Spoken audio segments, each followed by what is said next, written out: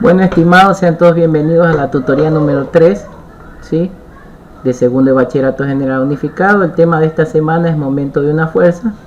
Vamos a continuar con el objetivo de la semana pasada, que era describir los fenómenos que aparecen en la naturaleza, analizando las características más relevantes y particulares y cada una de esas magnitudes que intervienen, y tratar de progresar en el dominio de estos conocimientos de la física, siempre tratando de menor a mayor profundidad para aplicarla en las necesidades y potencialidades de nuestro país.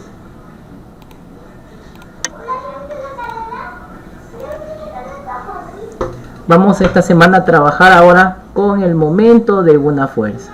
Aquí les he puesto un pequeño ejemplo de una chica que está conduciendo un vehículo. Esta chica, al momento de conducir el vehículo, para poder cambiar su trayectoria, necesita accionar lo que es el volante, ¿no? Y girarlo. Entonces, esta fuerza que ella aplica sobre el volante para poder cambiar su dirección es lo que se conoce como momento de una fuerza, ya que al aplicar una fuerza cambia la distancia, el desplazamiento o cambia la trayectoria, ¿sí?, de este vehículo que se encuentra en movimiento. Entonces, para que un volante gire necesitamos ejercer una fuerza sobre él.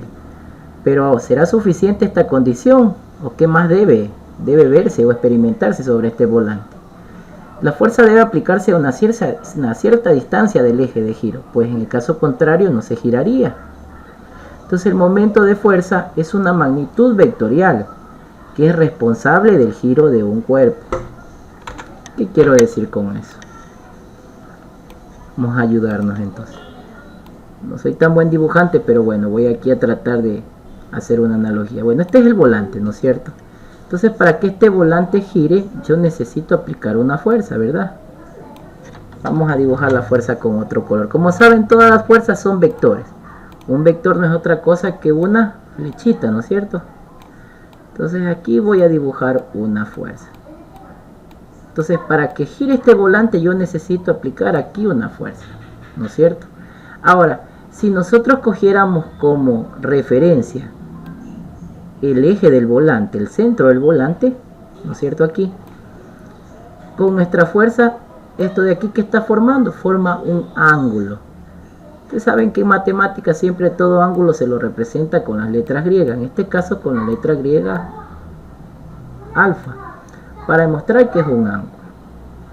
Ahora, esta distancia desde el centro de este volante hacia donde yo aplico la fuerza, que es un punto de aplicación aquí, ven, mejor usar otro color para que lo vean el punto de aplicación de la fuerza, con un color verde. Aquí está mi punto de aplicación. Entonces, desde aquí hasta acá se ha movido esa fuerza. Entonces, esto de aquí es un desplazamiento. Como saben, en física o en matemática, todo desplazamiento se lo representa con la letra R minúscula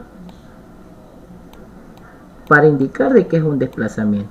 O en algunos textos puedes que lo encuentren también con la letra D, y en algunos textos con la letra X, para indicar de qué es un desplazamiento horizontal, ¿sí?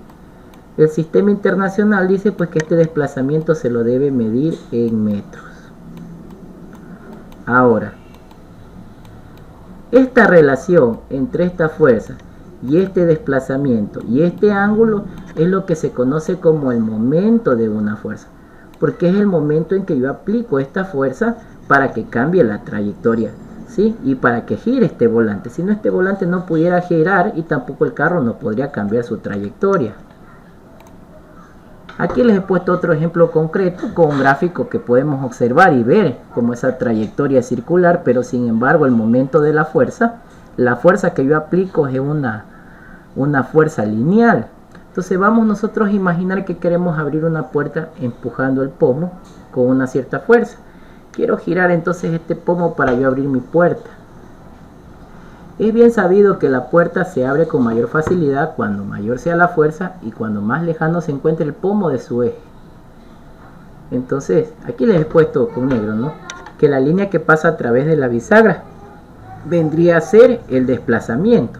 Y ese es el momento de una fuerza respecto a un punto O en una magnitud vectorial cuyas características son las siguientes. Entonces aquí se da lo mismo que había mencionado en el caso del volante.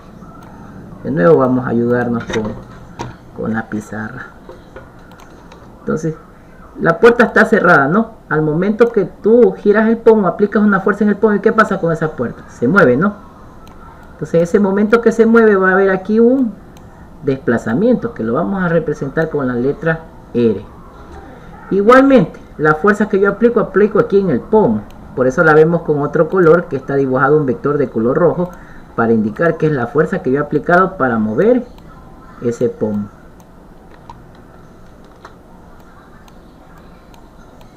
Aquí está entonces la fuerza de mi punto de aplicación, que en este caso mi punto de aplicación es O, donde está el pomo, ¿sí?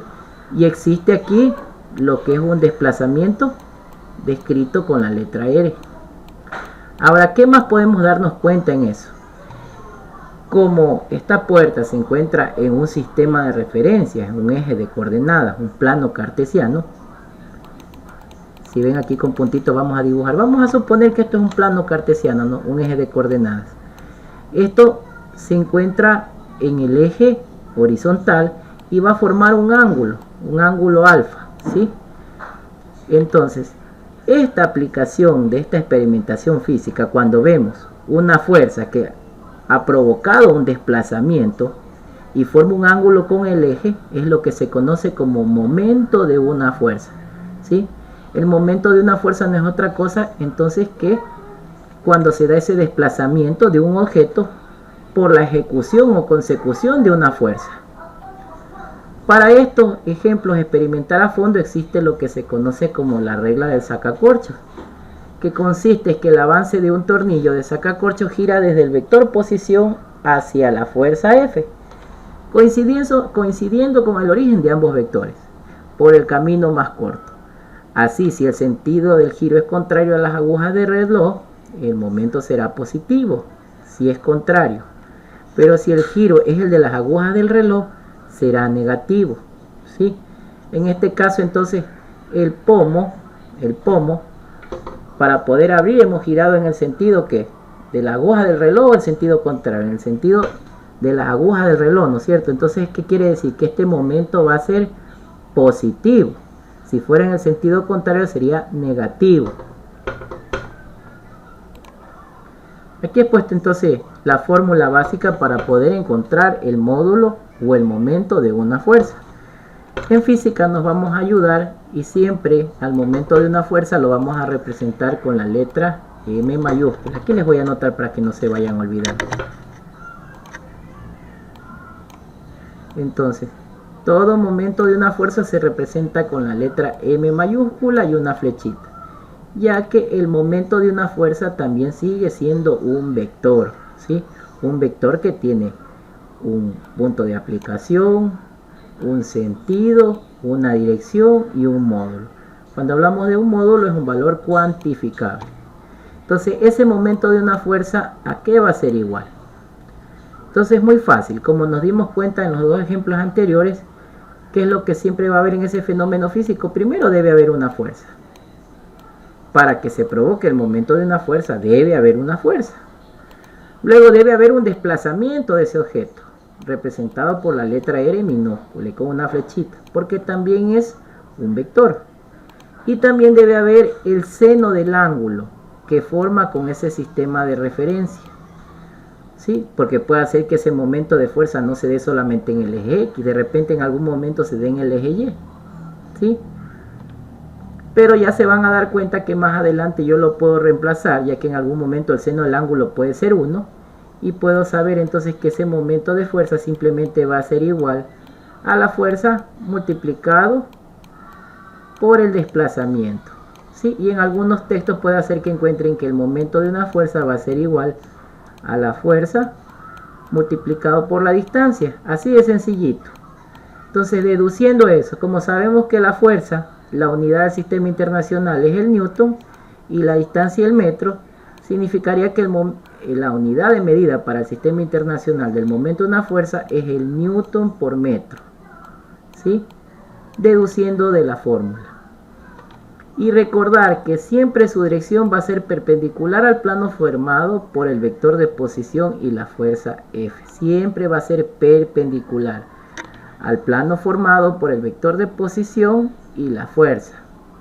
Entonces, ¿qué significa perpendicular? Que forma un ángulo de 90 grados.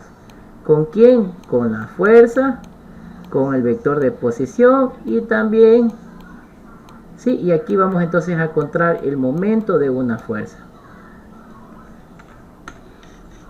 Ahora sí vamos a lo que nos interesa. Aquí les he puesto un pequeño ejercicio de aplicación. Tenemos entonces una pequeña experimentación, un ejemplo 1, un problema práctico. Dice que un mecánico de Fórmula 1 va a apretar una tuerca con una llave inglesa de 20 centímetros de longitud. Dice que va a ejercer una fuerza de 100 newton. ¿Desde dónde debería sujetarla para que sea más sencillo apretarla? ¿Y qué ángulo debe tomar dicha fuerza cuando se cumplan los dos supuestos anteriores? Entonces necesitamos saber qué ángulo debe utilizar para apretar. Vamos a suponer que esta es la llave. ¿Qué ángulo debo abrir la manito para poder apretar la tuerca, ¿no? Entonces, la tuerca gira porque la llave inglesa ejerce un momento sobre ella, un momento de una fuerza. Entonces, este depende de la distancia entre el extremo de la llave inglesa y la tuerca, de la fuerza ejercida y del ángulo que forman la fuerza, y el vector de posición del punto de aplicación de la fuerza con respecto a la tuerca. Entonces, de igual manera, entonces aquí para poder yo encontrar el momento de esta fuerza, necesito primero saber cuánto es el valor de la fuerza. Entonces, en el ejercicio aquí ya me dice que la fuerza es de 100 newton, he sacado el primer dato. Luego, como vamos a suponer que aquí vamos a agarrar la llave, ¿no es cierto? Que este va a ser nuestro punto de origen. Y aquí está la tuerca, entonces el desplazamiento, ¿cuál va a ser? Desde donde esté la tuerca hacia donde apriete con la manito, ¿no? Entonces este va a ser nuestro desplazamiento, R, o nuestra distancia, que nos da el dato que es de 20 centímetros. Si esos 20 centímetros convertimos a metros, pues sabemos que es 0.20 metros. O nos podemos ayudar de una regla de 3 simple, ¿sí? Y también sabemos que aquí va a formar un ángulo. Entonces el ejercicio me pide saber cuál es ese ángulo. Entonces nosotros por mera observación nos vamos a dar cuenta que el ángulo más eficiente para poder apretar una tuerca es un ángulo de 90 grados. ¿Por qué no usamos un ángulo de 180? ¿Por qué no usamos un ángulo de menos de 90? Ya se van a dar cuenta por qué. Aquí tengo, creo que me parece la calculadora para que se den cuenta. Entonces, si aplicamos el seno de 90, vamos a ver cuánto nos sale el seno de 90. Nos sale 1. Ahora digamos que quisiéramos aplicar un seno de menos valor, un seno de 89. Nos sale un valor menor a 1. Ahora, ¿qué pasa si aplico un seno de 95 grados? Me sigue saliendo un valor menor a 1. ¿Qué quiere decir? Que cuando tenemos el seno de 90 grados, voy a encontrar el mayor máximo de la función seno, que es 1, ¿sí? Entonces, para que exista mayor eficiencia, el ángulo que yo debo abrir la manito al momento que mueva esta llave es un ángulo de 90 grados, ¿sí? Y con ese voy a tener mayor eficiencia para apretar la tuerca. Ahora, para encontrar yo ese momento de la fuerza, lo que necesito es reemplazar con mis datos. Entonces aquí yo ya he reemplazado mis datos. Me voy a recordar la fórmula que me enseñó el profesor, que me decía que el momento de una fuerza siempre va a ser igual a la fuerza que aplique, ¿sí?, multiplicado por el desplazamiento que se haya provocado en esa fuerza y multiplicado por el ángulo que forma con ese desplazamiento en mi sistema de referencia. Entonces voy a reemplazar. Entonces, ¿cuánto me dio el dato del ejercicio? La fuerza era de 100 newton. El desplazamiento desde esta tuerca hacia donde supuestamente voy a agarrar, que es el mango de la llave inglesa, es de 0.20 metros. Y multiplicado por el ángulo del seno, que el seno ya sabemos vale 1. Entonces, 100 por 0.20, pues me da 20 newton por metro, ¿sí? Porque es un newton por cada metro que se está aplicando. Y con eso he encontrado el momento de esa fuerza y he encontrado el ángulo máximo para poder apretar esa tuerca. Ahora, para la comprobación, para cualquier otra instancia de ángulo, el momento de la fuerza sería menor que el valor antes calculado y resultaría más complicado apretar la tuerca. Este resultado está conforme con nuestra experiencia cotidiana. Entonces, ahora ya se dan cuenta por qué cuando a veces los mecánicos van a apretar las tuercas, siempre hacen un ángulo de 90 grados, no hacen un ángulo mayor, porque va a haber mayor desgaste de fuerza mecánica, ¿sí? Y porque siempre el seno de 90 grados es donde existe el valor máximo, ¿sí? Para encontrar y poder encontrar ese momento de una fuerza, donde va a haber mayor eficiencia y mayor eficacia. Porque si usar un valor mayor a 90 o menor a 90, no voy a encontrar un momento de fuerza mayor.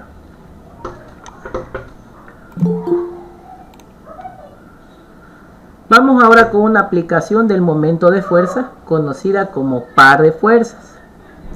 De igual manera vamos a retornar al ejemplo hipotético del volante, ¿no? El volante fue el que nos ayudó a encontrar el momento de una fuerza. Pero lo habíamos percatado solo viendo una de las perspectivas de ese fenómeno. Vimos cuando íbamos a girar el volante, pero tomando como punto de referencia solo la una mano. Pero ahora, ¿qué pasa? Que ahora voy a aplicar el giro sobre el volante usando las dos manos. Va a haber un par de fuerzas, ya no solo una fuerza aplicada, sino un par de fuerzas. Entonces, cuando queremos hacer girar un volante, un sacacorcho, cualquier tipo de objeto circular, lo vamos a utilizar o lo vamos a experimentar aplicando un par de fuerzas. Una fuerza de ida y una fuerza de retorno. Esas fuerzas siempre tienen la misma intensidad o el mismo módulo, ya que son paralelas, a diferencia que tienen un sentido contrario. Miren, aquí dense cuenta en el gráfico que yo les he puesto. Entonces, si aquí para girar, ¿sí? Aquí apliqué una fuerza. Esta fuerza, digamos que es de unos 5 newton. Esta fuerza de ida. Como me habla de un par de fuerzas y que tienen la misma intensidad y son paralelas en sentido contrario, significa que la fuerza de retorno también debe ser de 5 newton. También debe de ser de 5 newton. A ver, vamos a ver ahí, 5 newton. ¿Cómo sé que yo he cambiado el sentido? Porque en clases anteriores vimos que para dibujar un vector, la flechita era lo que me indicaba el sentido. Entonces, como vemos, en el uno está la flechita aquí arriba y en el otro está la flechita abajo. Entonces indica que es un sentido contrario. Así pues, entonces el par de fuerzas es una aplicación del concepto que vimos anterior, el momento de una fuerza, con respecto a un punto estudiado. La diferencia es que la vez anterior solo estudiamos este punto de aquí. Ahora vamos a estudiar los dos puntos, una ida y un retorno, ¿sí? Una ida y un retorno. Y ahí se va a aplicar la misma fórmula, solamente que va a haber una variante. Entonces, cuando escuchen ustedes el concepto de un par de fuerzas, es un conjunto de dos fuerzas que siempre van a tener el mismo valor, pero van a tener un sentido contrario.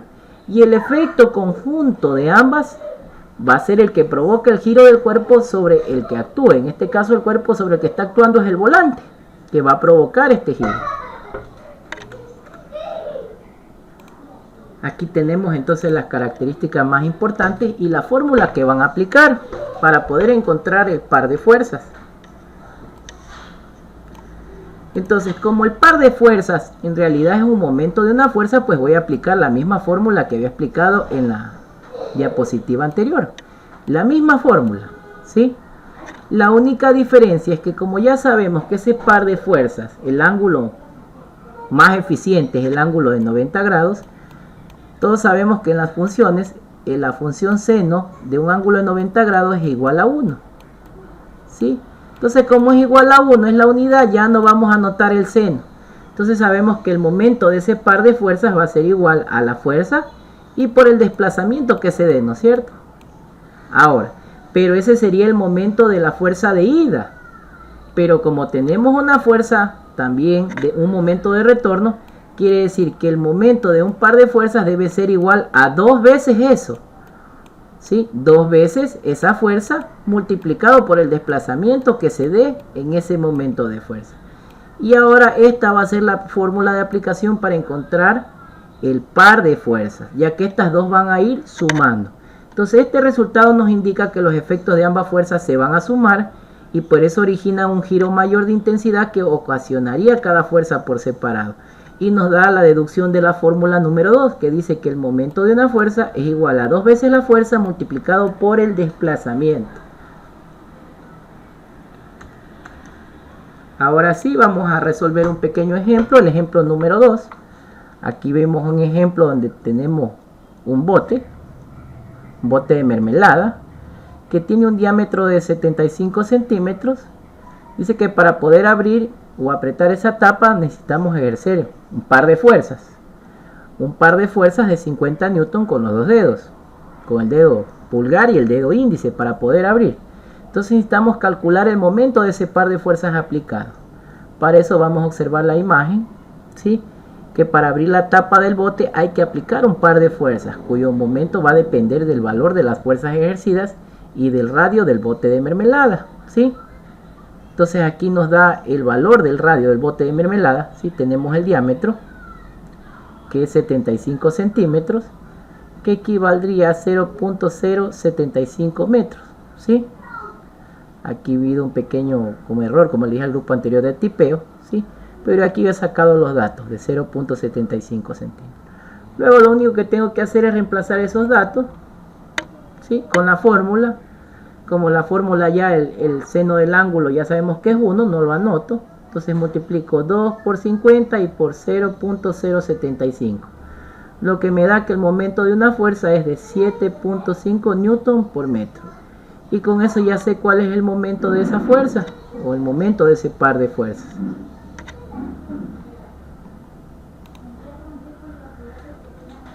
Por último, tenemos lo que es el equilibrio.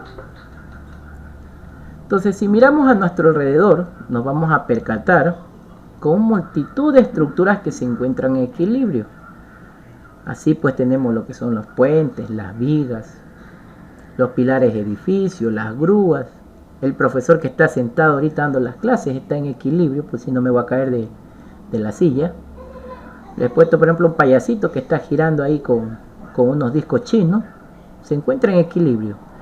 Incluso vemos una lámpara colgada que también se encuentra en equilibrio.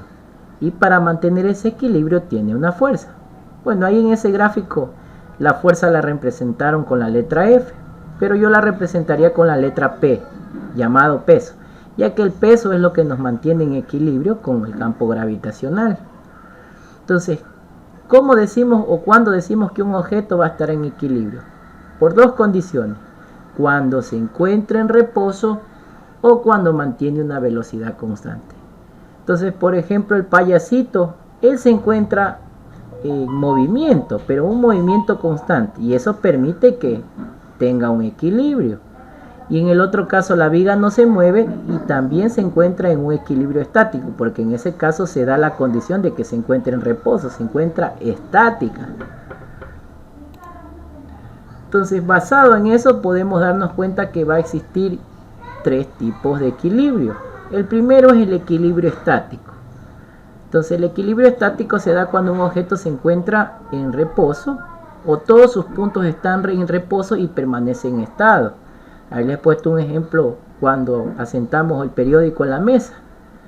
Se dice que está en equilibrio estático porque todas las partes de ese periódico no se encuentran en movimiento, se encuentran en un estado inerte o sin movimiento. Luego tenemos el equilibrio cinético traslacional, que es aquel que se da cuando un objeto se mueve con movimiento rectilíneo uniforme. O sea, cuando un objeto se mueve en línea recta y mantiene una velocidad constante. Ahí existe un equilibrio cinético. Un ejemplo de equilibrio cinético, pues la corriente eléctrica. Sabemos que la corriente eléctrica se maneja con una velocidad constante. Ni sube ni disminuye, siempre vale lo mismo, ¿no es cierto? Y por ejemplo, otro ejemplo de movimiento rectilíneo uniforme o de equilibrio cinético, los trenes esos balas que existen en Japón, que mantienen una velocidad constante, ¿sí? Ahí podemos hablar de un equilibrio cinético o traslacional. Y por último, el equilibrio rotacional, que es aquel equilibrio que se da cuando existe un movimiento circular uniforme. ¿Qué quiere decir eso? Cuando un objeto gira con una velocidad angular constante. Un ejemplo de eso, por ejemplo, los carruseles, la rueda moscovita que nosotros decimos, eso gira con un movimiento circular uniforme. Ahí se dice entonces que hay un equilibrio rotacional y ese es el causante, que cuando se suben en la rueda moscovita les causa un vacío en el estómago, le da ganas hasta de vomitar. Es porque el objeto se mueve con un equilibrio rotacional y como nosotros nos encontramos en un equilibrio estático, un equilibrio en reposo, pues por la ley de la inercia sentimos ese movimiento y parece que se nos va a salir las tripas y todo lo que comimos por la boca, ¿sí? Es ese sentir cuando se mezcla el equilibrio estático con el equilibrio rotacional. Condiciones de equilibrio. Entonces sabemos que la acción de una o varias fuerzas sobre un cuerpo en reposo puede provocar el desplazamiento y o el giro de este. Entonces así podemos afirmar que cuando un cuerpo podrá comenzar a trasladarse cuando existe una fuerza resultante o neta sobre él. Y un cuerpo podrá comenzar a girar cuando exista un momento de fuerza neta sobre él. Las dos condiciones, ¿no? Entonces, para que se mueva el vehículo en movimiento rectilíneo uniforme, debe haber una fuerza. Alguien que empuje el carro y se mueve en línea recta. O que el carro salga moviéndose en línea recta. Y acá en el movimiento circular uniforme, pues debe haber un momento de una fuerza. Pues como hablábamos, un momento de par de fuerzas. Donde existe un desplazamiento angular constante. Entonces podemos concluir diciendo que un cuerpo siempre se va a mantener en equilibrio si la resultante del sistema de fuerzas y el momento resultante calculado con respecto a cualquier punto es nulo. ¿Qué quiere decir esto? Cuando entonces yo puedo decir que algo se encuentra en equilibrio. Cuando yo al momento de calcular su fuerza me dé un valor de 0. Y también cuando el momento de la fuerza me dé un valor igual a 0. Ahí entonces voy a decir que está en equilibrio y es lo más lógico. Entonces, si no existe un par de fuerzas, no va a haber movimiento. Si no existe algo que provoque el movimiento, tampoco va a haber una fuerza. Entonces no va a haber un movimiento y los objetos se encuentran en reposo. ¿Y cuándo va a haber movimiento? Cuando la fuerza sea mayor a 0. Y también cuando el momento de una fuerza sea mayor a 0. Ahí podemos entonces decir que va a haber un movimiento o va a empezar a girar. Por último les dejo lo que es la actividad para el portafolio, dos pequeños problemas que van a tener que resolver en casa, ¿sí? El problema 1 similar al problema que hemos resuelto en casa y el problema 2 igual al problema que hemos resuelto de par de fuerza, con la diferencia que hemos cambiado los valores de la fuerza. Aquí tenemos que el valor de la fuerza para el primer problema es de 200 newton y para el problema número 2 de 25 newton. Aquí también les dejo las referencias bibliográficas del libro de física, está en la página 66 y el link donde pueden descargar el libro de física. Además en el grupo de WhatsApp les compartí la ficha para que descarguen el material y las diapositivas. Eso ha sido toda la tutoría de hoy día. Voy a dejar de compartir entonces pantalla para ver si existe alguna pregunta y si no concluimos la tutoría de hoy día. Bueno, estimados, ¿tienen alguna pregunta entonces de los temas que vimos hoy día sobre el momento de una fuerza y el par de fuerzas?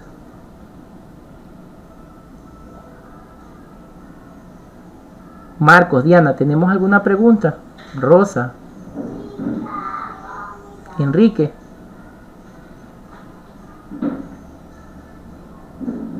Bueno, si no hay ninguna pregunta, por esta semana vamos a concluir. A ver, te escucho, Alejandra. Licenciado, sus deberes, ¿por qué método se le enviamos? ¿Por el modo o su correo? Puedes utilizar cualquiera de los medios de comunicación. Puedes utilizar la plataforma en modo, WhatsApp o correo electrónico. O incluso algunos me mencionaron que me van a ir a dejar al colegio a entregarme el portafolio en físico. Pero yo al menos creo que por este estado de sección que se declaró en estos últimos días por parte del presidente Lazo, lo más lógico es entregarlo de forma virtual, de forma digital, ya que yo no los puedo convocar a que me entreguen las tareas de forma presencial. Eso es vulnerar un derecho y ir en contra del decreto de Estado, que debemos mantenernos ahorita a la distancia para evitarnos contagiar del COVID. ¿Sí, Alejandra? Sí, licenciado, muchas gracias. ¿Alguna otra pregunta que tengan? Si no, continuamos.